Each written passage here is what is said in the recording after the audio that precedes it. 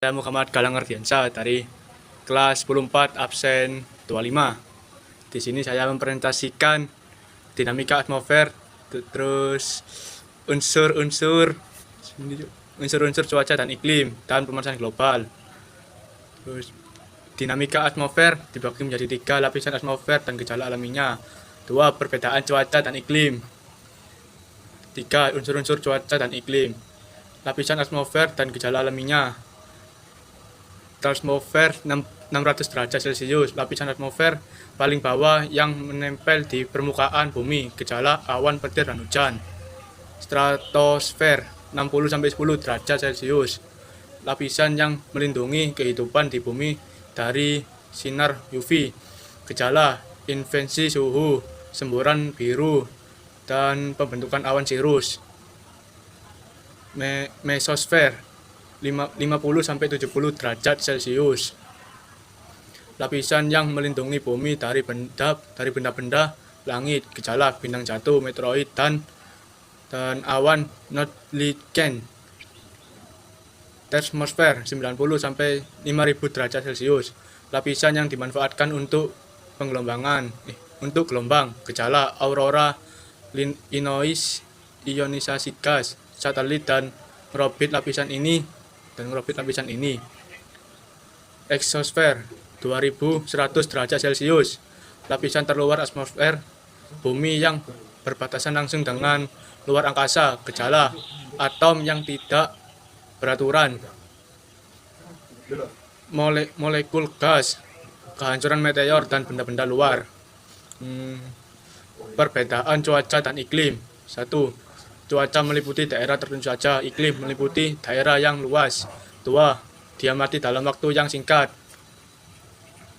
ditentukan dalam waktu yang lama, sekitar 11-30 tahun. 3. Mudah berubah-ubah, iklim bersifat stabil dan tidak mudah berubah. 4. Terjadi di suatu tempat yang lebih sempit, iklim terjadi di suatu tempat yang lebih luas. 5. Terjadi di waktu kurang lebih 24 jam. Iklim terjadi secara terus-menerus dalam jangka waktu yang lama. 6. Dapat diamati harian, iklim diamati selama bertahun-tahun. 7.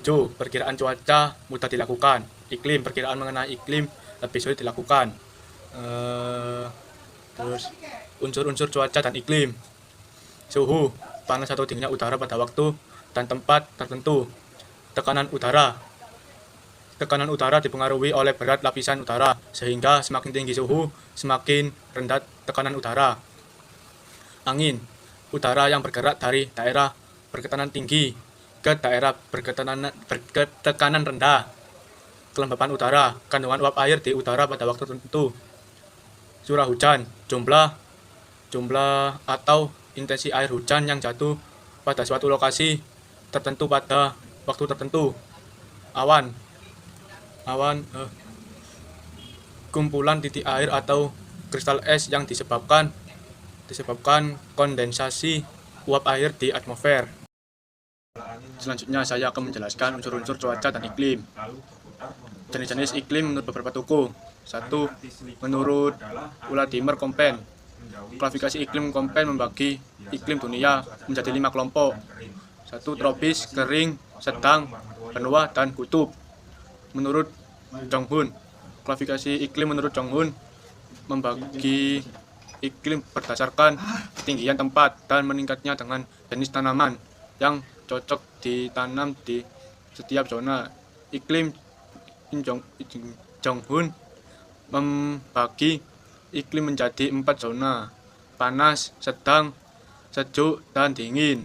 Menurut Steinman dan Ferguson, klasifikasi iklim Steinman dan Ferguson menggunakan pertimbangan antara jumlah bulan kering, dan bulan basah yang menentukan tipe iklim suatu wilayah. Menurut Oltmann, klasifikasi iklim Oltmann adalah sistem yang dilakukan untuk iklim berdasarkan jumlah bulan basah dan bulan kering secara berturut-turut dalam setahun.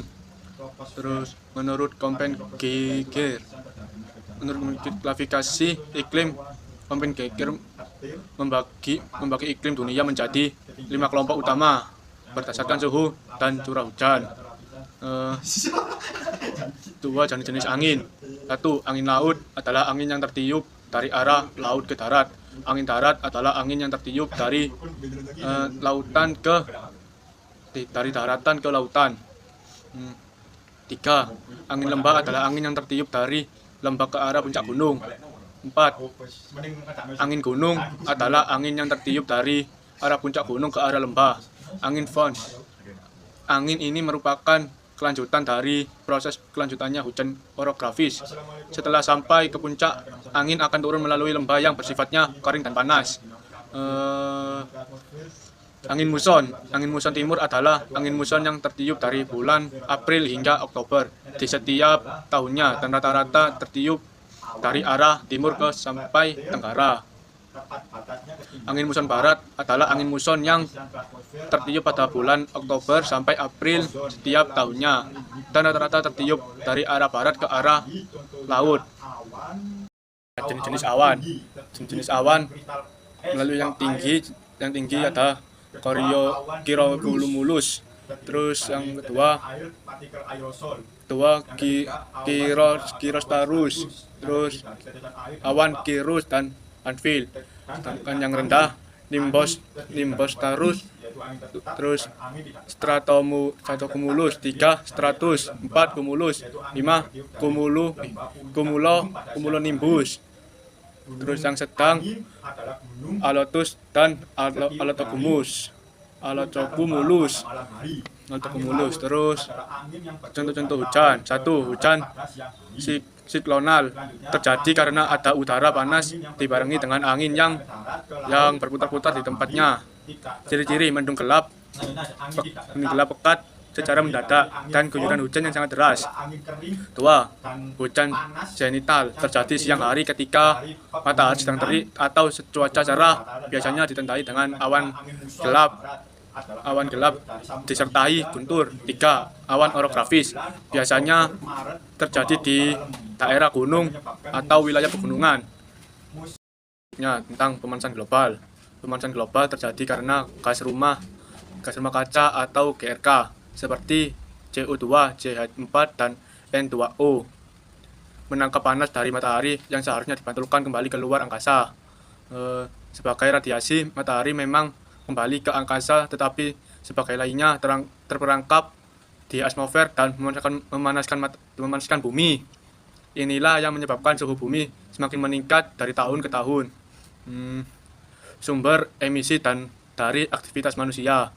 Nah, dari gambar ini kita bisa lihat beberapa sumber utama GRK atau gas rumah kaca. Terutama dari aktivitas pertanian dan peternakan. Pembakaran jerami menghasilkan gas karbon dioksida CO2, metana CH4 dan dinitrogen oksida N2O. Kotoran sapi perah menghasilkan CH4 atau metana. Satu ekor sapi bisa menghasilkan sekitar 56 kg metana per tahun. Penggunaan pupuk kimia, urea melepaskan N2O ke udara yang berdampak lebih kuat dibanding CO2. Dampak deforestasi. Selain itu, penebangan pohon secara liar juga berperan besar. Pohon yang seharusnya menyerap karbon dioksida kini ditebang dan dibakar. Sisa rantingnya dan batangnya justru menghasilkan karbon. Ini memperburuk keadaan karena semakin banyak CO2 di udara. Dampak dan ancaman nyata. Dampaknya semakin nyata antara lain perubahan iklim ekstrim, 2. Kenaikan suhu global, 3. Gangguan pola tanam dan panen, 4. Kekeringan, banjir, dan cuaca tak menentu. Apa yang bisa kita lakukan? 1. Kurangi pembakaran jerami dan olah dari pupuk kompos. 2. Kelola limbah ternak jadi biogas. 3. Kurangi penggunaan pupuk kimia, beralih ke pupuk organik. 4. Tanam dan lestarikan pohon. 5. Tingkatkan kesadaran masyarakat melalui edukasi. Sekian, wassalamualaikum warahmatullahi wabarakatuh.